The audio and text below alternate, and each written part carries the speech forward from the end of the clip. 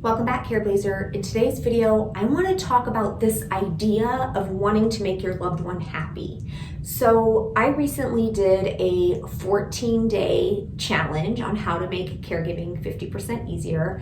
It was amazing. Loved the experience.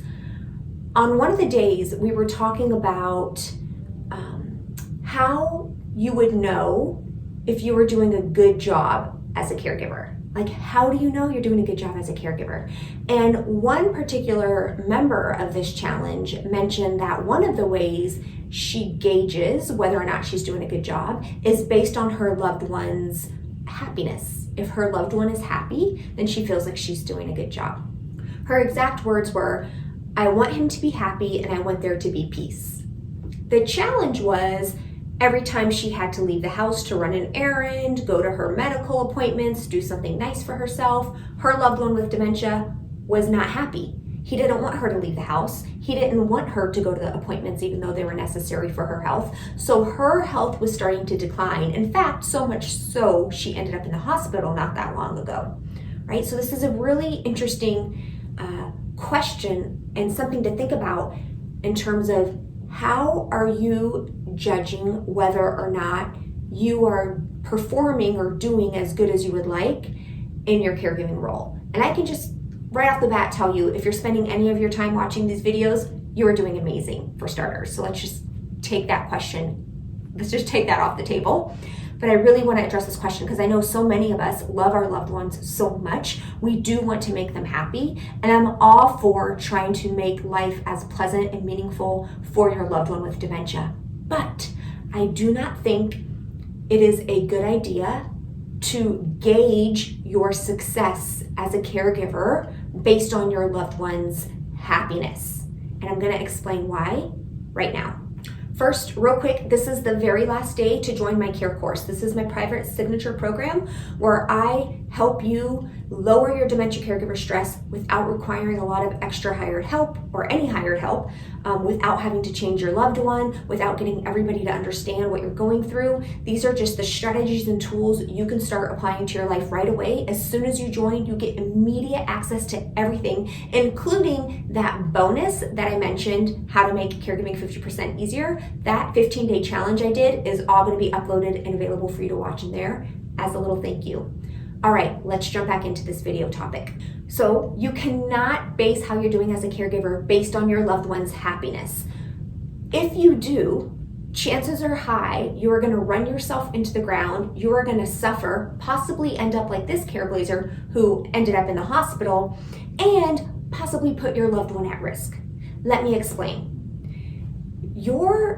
The fact that your loved one even needs you as a Careblazer means that they are not in a place in their mind to be able to independently care for themselves, make the best decisions for themselves, keep themselves safe. How many of you are caring for a loved one who is no longer safe to drive but wants to drive? A loved one who is no longer safe to live alone but wants to live alone. A loved one who wants to cook on their own but is no longer able to, or ride the lawnmower, riding lawnmower, right? Our loved ones oftentimes want to do things that they are no longer safe to do. If they were to do it, they would be at high risk for danger. Other people might be high risk for danger, like other people on the road, right? That's where you have this really difficult job. One of the hardest things about being a Careblazer, I think, is having to make decisions that are in the best interest of your loved one, even though your loved one will never see it that way. Your loved one may never understand why they can't do certain things on their own anymore, right? If your goal is to make your loved one happy, you would just hand over the keys. You would just let them live home alone. You would just let them eat cookies all day long. You would let them ride the riding lawnmower. You would let them have access to their firearms. You would let them do whatever it is that they wanted to do that you know is not safe for them. And I'm guessing most of you, anybody watching these videos, probably isn't okay with that. Probably isn't going to just allow their loved one to do whatever it is they want to do. The nature of dementia, the hard part about dementia is that that's why they need you. That's why they need a caregiver, because they're no longer in this place where they can make those decisions safely on their own. This is the hard part about being a Careblazer. Doing the right thing or doing the thing that's best for your loved one often means your loved one might be upset or sad or frustrated or disagree with you, right? Giving your loved one access to all of the finances when in the past they've been scammed out of money and lost a lot of their money or are no longer able to appropriately manage their money is a really high danger risk for you and for them, right? They could drain their whole savings and not have the money for the care that they need, right? So you trying to make your loved one happy all the time either puts you at risk, your loved one at risk. It also has a chance to run you into the ground, right? Like in the example of this Careblazer, her not leaving the home to go to her medical appointments because it upset her father eventually led to her being hospitalized. So you have to decide, what risk do you want to take? What challenge do you want to take? Do you want to be faced with the challenge of your loved one being upset that you're leaving the home to go take care of your health? Or do you want to take the challenge of your health deteriorating to the point where you have some serious health consequences? Do you want to take the risk of giving your loved ones the keys to drive after it's been determined they're no longer safe to drive? So you risk them getting in an accident, hurting themselves or somebody else? Or do you want to take the risk and the challenge of them being upset and disagreeing with you?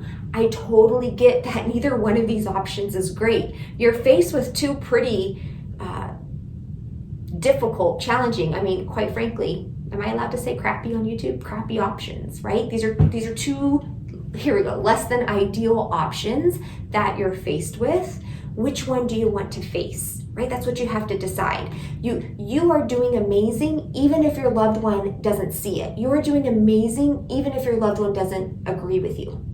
So while I do think there are many ways we can improve our relationship with our loved ones and we can have meaningful interactions and we can have great relationships with our loved ones, I do a lot of videos on those topics. In this video, am trying to make the point that do not use your loved one's happiness and specifically their happiness toward you as your measuring stick of whether or not you're doing a great job. I promise you, Careblazer, you can be doing the absolute best job at caring for your loved one with dementia, and you can be doing everything you need to do to keep them as healthy and as safe as possible. And from time to time, they're not going to be happy with how you're doing things.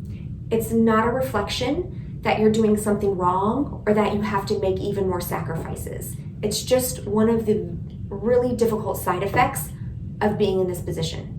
Now I have an entire playlist I've done where I talk about how do you respond when a loved one wants to manage finances and they're no longer safe to do so, or they want to drive and they're no longer safe to do so, or they want to live home alone and they're no longer safe to do so. I have a whole playlist on those difficult, challenging situations. I'm going to link to that below the video so you can watch and get some more information about how to practically respond to those situations. In the meantime, Careblazer, if you are taking your time to watch these videos, have no doubt you are already amazing and doing a great job, even if your loved one doesn't see it that way. Keep up the great work. I hope to be welcoming some of you inside of my care course. There are a few hours left where I'm accepting new members, and I can't wait to get started and working with some of you. All right, take care. Bye.